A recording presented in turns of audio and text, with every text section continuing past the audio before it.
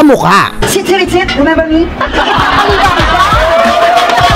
Ka-flow. Tayong baka mo. Gining. Dahil lang kasi katan mo'y tapos na. Kapareho, pati tattoo. Kami ang may similarity ni Looney, gusto ko lang ipamukha. At sa sobrang proud pa, bilang isang modtakels ay umabot pa sa pagpapakilalang bilang isang nawawalang anak. Tay, please, mahalin mo rin ako. Ako nga pala si Cyberflex at ito ang 10 rap battle ng orihinal. Paano mo nasabing ikaw ang sinyong pinagaling at pinalakas? Tino mo nga itsura mo, mukha ka mag-audition sa commercial ng 3 pataas. Kontra sa kanilang mga replika. 50 years from now, malakit, arik bago ako maging ganyan. Patayin nyo na lang. Top 10 ay nang makasession ni Aklas ang kanyang bersyon sa ibang dimensyon na si Crisis. Sit, remember me? Ilusyonista! Sasabihin mo kamukha mo! Masabit ka pa sa pangalan ko, hinayo!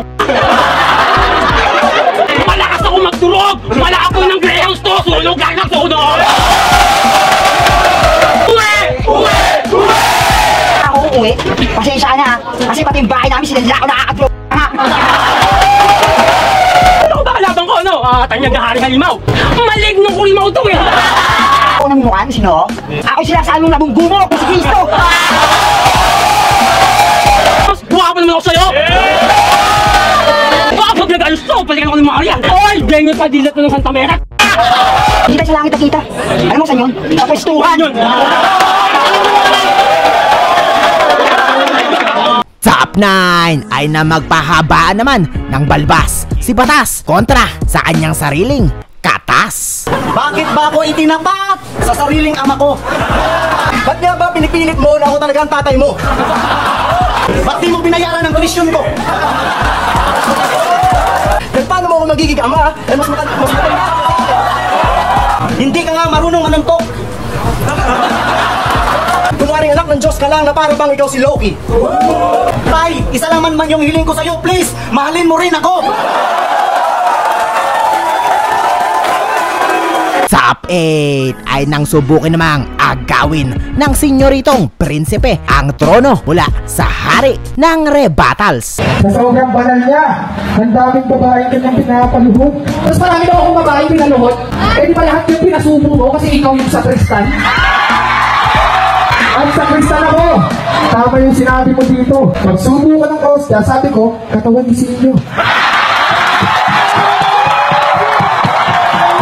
Grabe namang balikan yun, kaya naman sa ating pang-7 ay babalikan agad natin si Sinyo sa kanya namang engkwentro kontra sa kanya mismong dupliko. At ikaw!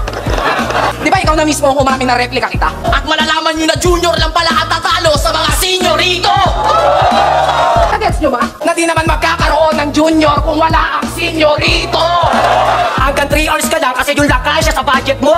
3 hours lang pala kaya mong bayaran? Alam mo kung bakit 3 hours lang yun? Nilaan ko yung buong araw sa mga asawa nyo.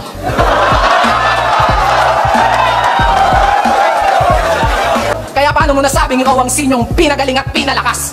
Tino mo nga itsura mo, mukha ka mag-audition sa commercial ng 3 pataas.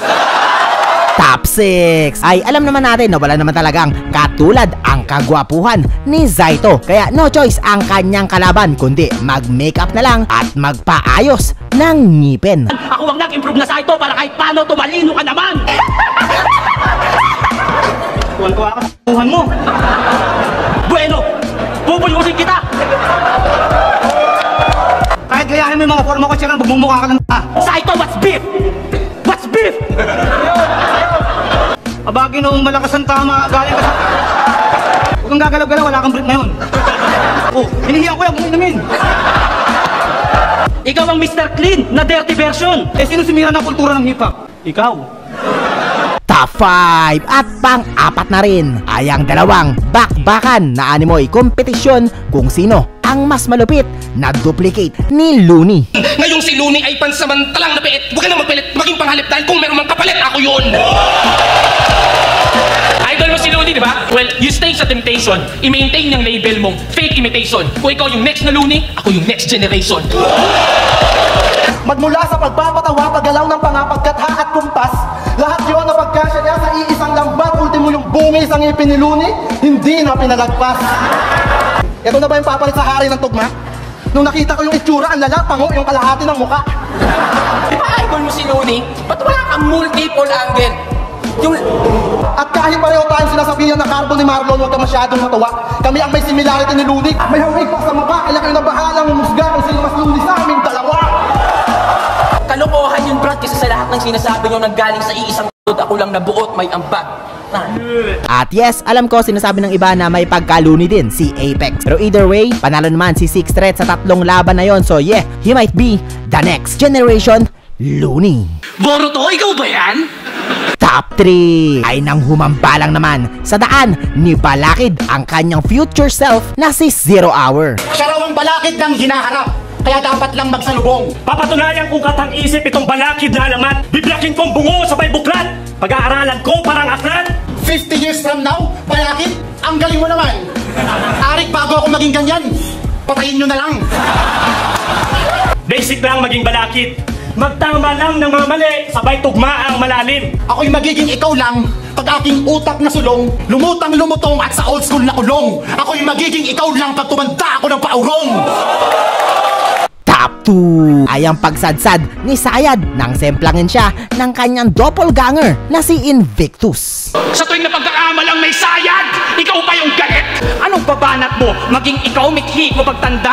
Gayong mga bara ko, maging ikaw hindi mo magawa? Alam niyo bang abrang may sakit ang bansag sa akin ng mga Jejimon mga 13 years ago? Akalain niyo sa paglipas ng panahon, ito namang mga Jejimon ang mababansagan ako! Paano sasabihin ako'y nagmula sa'yo? Kung kahit saan pa tumingin, ikaw ang talo ng ako! Sa kalang imitasyon na naikipagmatigasan, ako ba gaya-gaya o ikaw na agaw buhay? Gusto mo maging alagad? Pag naglabas ako ng bakaantay na tao ay matatapos ay gagad! Top 1 ay ang laban na bukod sa parakang nananalamin ay nakataya rin kung sino ang mas matulin. Sabi nila ito daw yung pagtutuos ng original laban sa fake, pero wait! Huwag ka na magyabang, gaya-gaya ka lang, mas itaw yung ako sa kanya. Kapag bumitaw, man ikaw alam na. Pag nagaling maon na dito patay ka, huwag mo ko sinusukat sa sariling bataya mo dahil baka sa ikaw, hindi ko matansya. Dodo, butahin baka mo, o sige papakita kita para patunayang malaking sapat sa mukha mo. Tak mo, sa akin pinipilit iba to, di pa tatatapat, but bro, lakas sa pagiging iba ko. Ngayon ko ipapakita ko sino ba gaya po tumahay dito sa harap nyo. Ganun makatuloy na ikaw ang ano rin di mo kaya naabuti, subukan mo mga buling kaya takbo. Dahil ismaglas mo na yan dahil lang kasikatan mo'y tapos na. Giningin mo. Low budget and quality smuggler's version masagwa. Konting respeto naman nga. Kahit anong galing mo sa comedy at bars, mukha ka pa ding impersonator na bakla. Isa lang ang pinupunto ko sa battle at wala akong pake kung sinong lumamang. Itatak mo sa kukote mong hindi kita ginaya, smug, nauna ka lang. Hindi ko ginagaya si smug pero siya lang yung nauna. Ha? Hindi mo ginagaya pero siya lang yung nauna? J-Clown, ano ba? Ang peke na ako ay ang tunay na ikaw. Tapos ngayon gusto mo pang palubugin yung minsan mong pinirata? Please lang mahiya ka. Tanggapin mo na munang walang J-Clown na kilala kung walang smart na ginaya. Bang! Ako nga pala si Cyberflex. Nagustuhan mo ba ang video na ito? Kung oo, ay mag-like ka na at huwag kalimutang mag-subscribe sa aking YouTube channel.